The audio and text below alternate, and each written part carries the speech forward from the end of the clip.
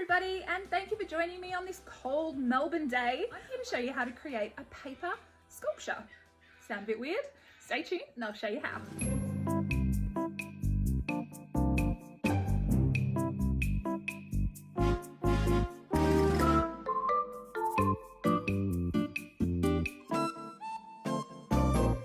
This is something like what you'll create today. It's super abstract, don't even know which way it goes up. It's three-dimensional and all we use is paper. I'm going to show you 8 techniques to paper manipulation or paper construction that you can use to create your very own version of this task. When I show you an example, I don't want you to create something that looks exactly the same. I'm simply here to show you some steps, some techniques and some tools to create an artwork that you are happy with and that is yours. So please don't endeavour to make your artwork look like mine. Please just try to learn from the things I show you and create something that's yours.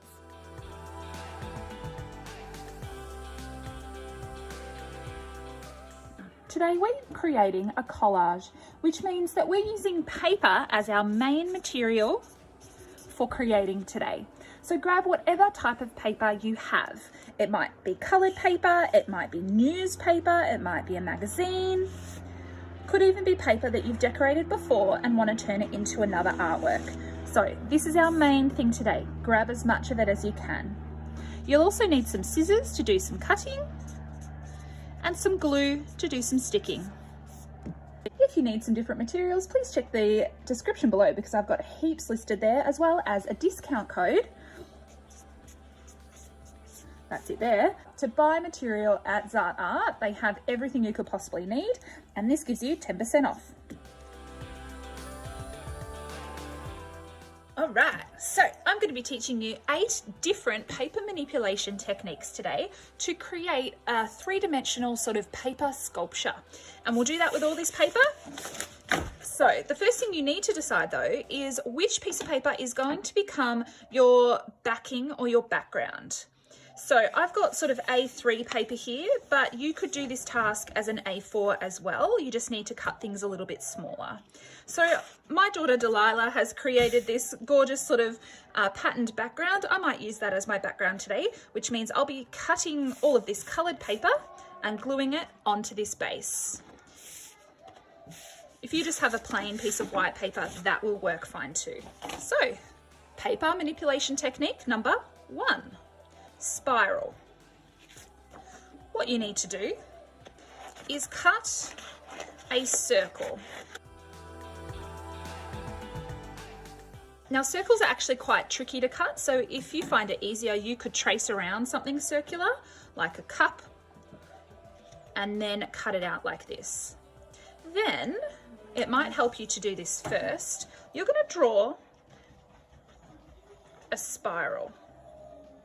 Kind of like if you were to draw the inside of a snail's shell. Now we're going to try to cut along that swirly line, and this is tricky. You can do it super tiny by making the edges really close to one another, or you can make it a bit larger. But I'm practicing my cutting skills, so I'm really trying to get on that line as best as I can. You can of course do this freehand without the drawing if you feel confident enough. There, we've ended up with a spiral. I'm going to put quite a bit of glue on the little tail there, find a spot for my spiral. You can also stick the other side down if you want it to sort of be 3-dimensional like that. I'm going to do that today, but if you prefer, you can leave it flat. I'm going to show you lots of different techniques, but the way you work with them and the way that you apply them to your artwork is completely up to you. All right, that was number 1. Number 2, we're going to call Fringe. I've got a very big piece of paper here. It doesn't need to be this big. I'm going to trim it down. All right.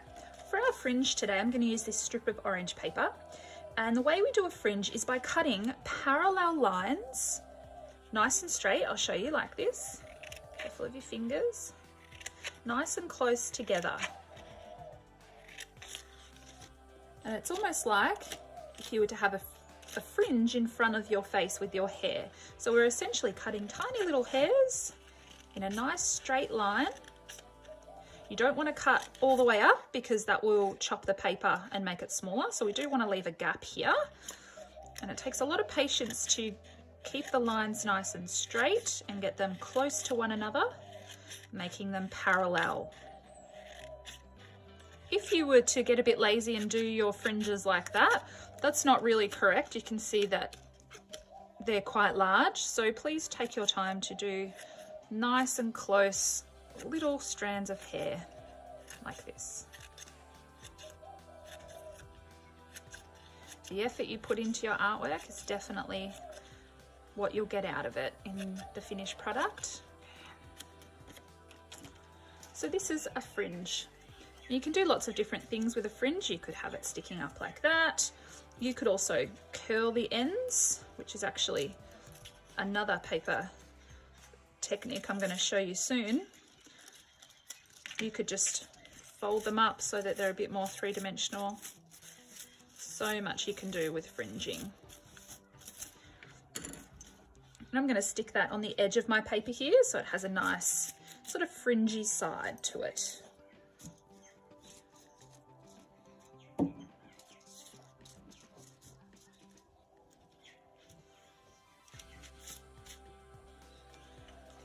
Now we're up to number 3.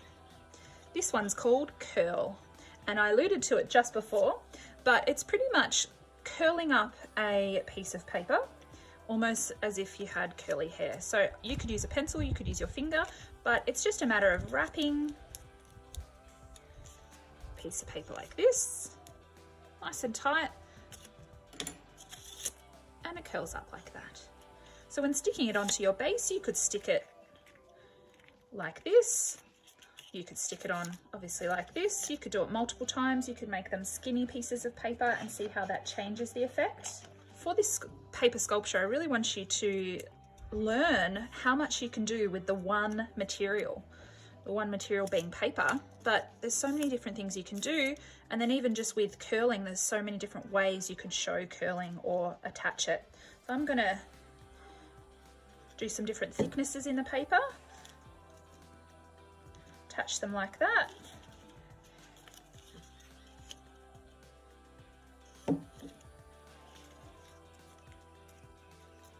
You could even do a curl within a curl.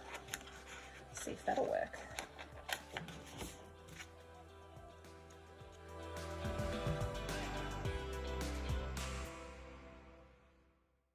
Go. So you can see there, I've done my curl inside a curl.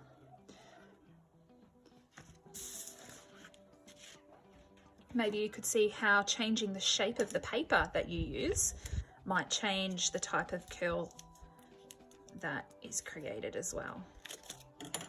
Oh, that's a cool one. When I'm sticking on my paper as well, I'm sort of not being just blasé about it. I am thinking about what might look nice, what colours might look nice together, what styles might look nice together. I'm going to do some fringing now. See what happens if I curl them.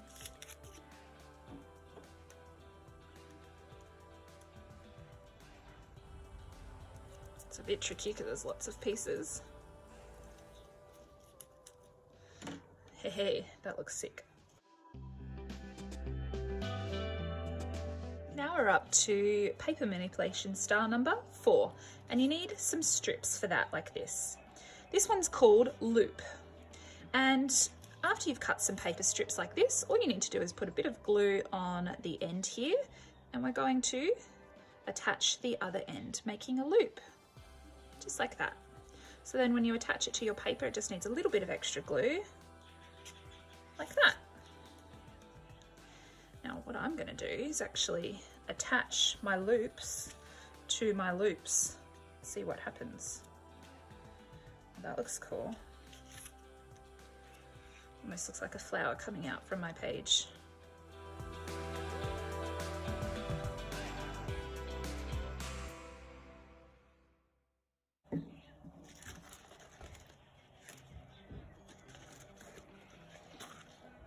I might do that again over here because I like that.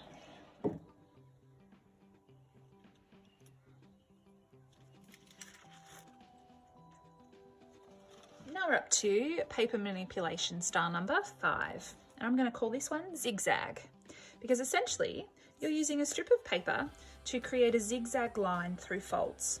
I'll show you what I mean. So when we're folding, we're going to fold over, and then we're going to fold under, over, under, over, under, over, under, over. You can see the paper there. Now we're going to hide it and put it under so we can't see it anymore. Over, under. Now it's important to change and alternate from over to under, because I find sometimes students, see, that's how it comes out. I find that sometimes students just keep doing the same thing. So they'll go over, over, over, over, over, and you can see it's not the same. It just gets wrapped up. So you do need to alternate. I'll show you one more time so you can see. Over, under, so it's hidden. Over, so you can see it. Under, so it's hidden. Over, under. It's a bit fiddly with some smaller paper and smaller folds, but you can see that in the end, the zigzag is more detailed. Like that. That looks pretty cool. It's just a matter of finding a place to stick that.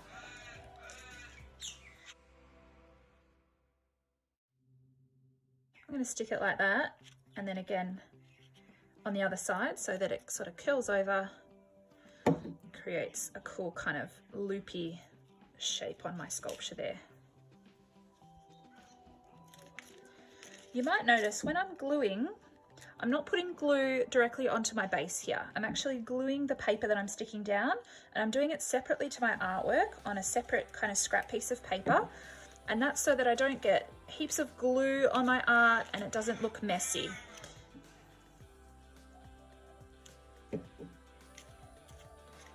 That's looking cool and three-dimensional.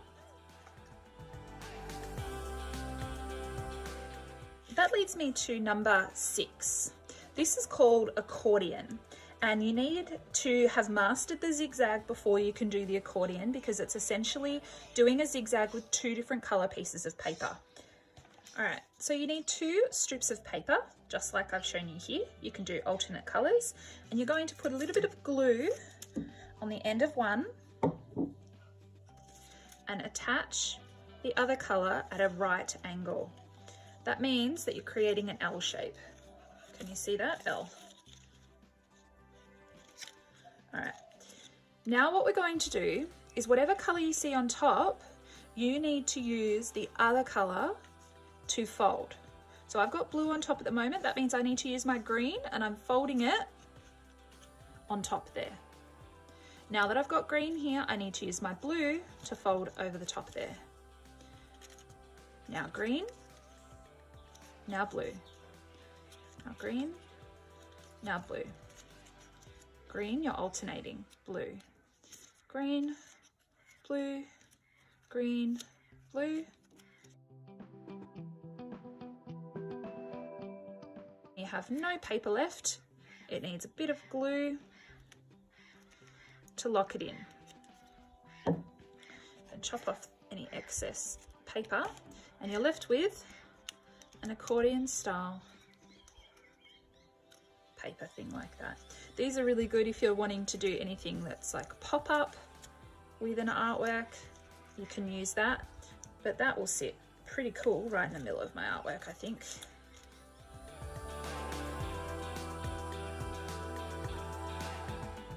That was fun, so I'm going to do one more.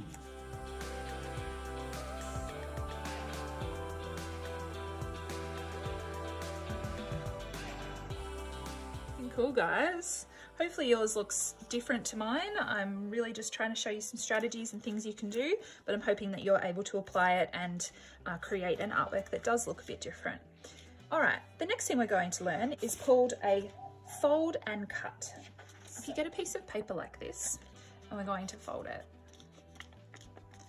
Now, when we're cutting, we're going to cut where the fold is. This won't work unless you're cutting on the fold. The idea is just to cut some different shapes. You can be as random as you want with it. You can do semicircles. You can do whatever you like. I'm doing some triangles here. There, but a bit of a pattern. When you unfold it, you can notice that it becomes a bit of a pattern here that is symmetrical. That looks pretty awesome. So what I'm going to do is fold the sides here, and I'm going to trim the edges because I don't want this much paper on my base. And I'm going to stick it on like this. So I just need glue on these tabs here. This is paper manipulation style number 8, I think. All right, this is called the roll. And this one is probably one of the most simple. All you're doing is using a strip of paper. You're going to glue one end, and you're going to roll the other end to connect it as if it were a loop or a roll or a circle.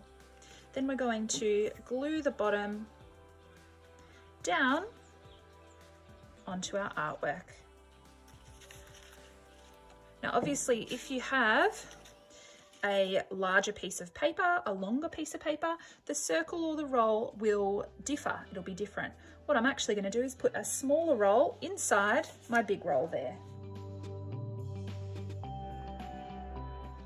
You do need to make sure that you're using enough glue, guys. If you're not using enough glue, things will just fall off and your beautiful work and effort will just be wasted. So please make sure you're using enough glue so that everything stays nice and intact on your artwork. So with any extra space, you might choose to repeat one of the paper manipulation strategies that I have shown you. Also, in a previous video, I have shown you how to do a paper manipulation collage of a bouquet of flowers. But when you're done, you should have a really effective sort of abstract paper sculpture.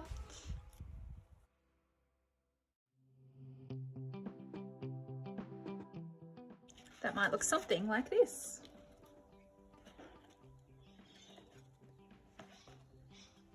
I'd love to see what you've done with this task. If you've had a go, please make sure you tag me at Artlife Art Lessons on Facebook or at artlife.meld on Instagram and follow me there because I'd love to see how you've interacted with this lesson.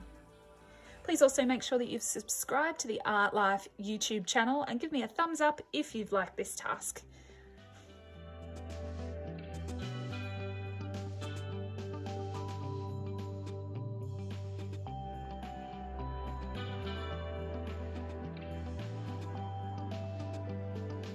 So it's as simple as that.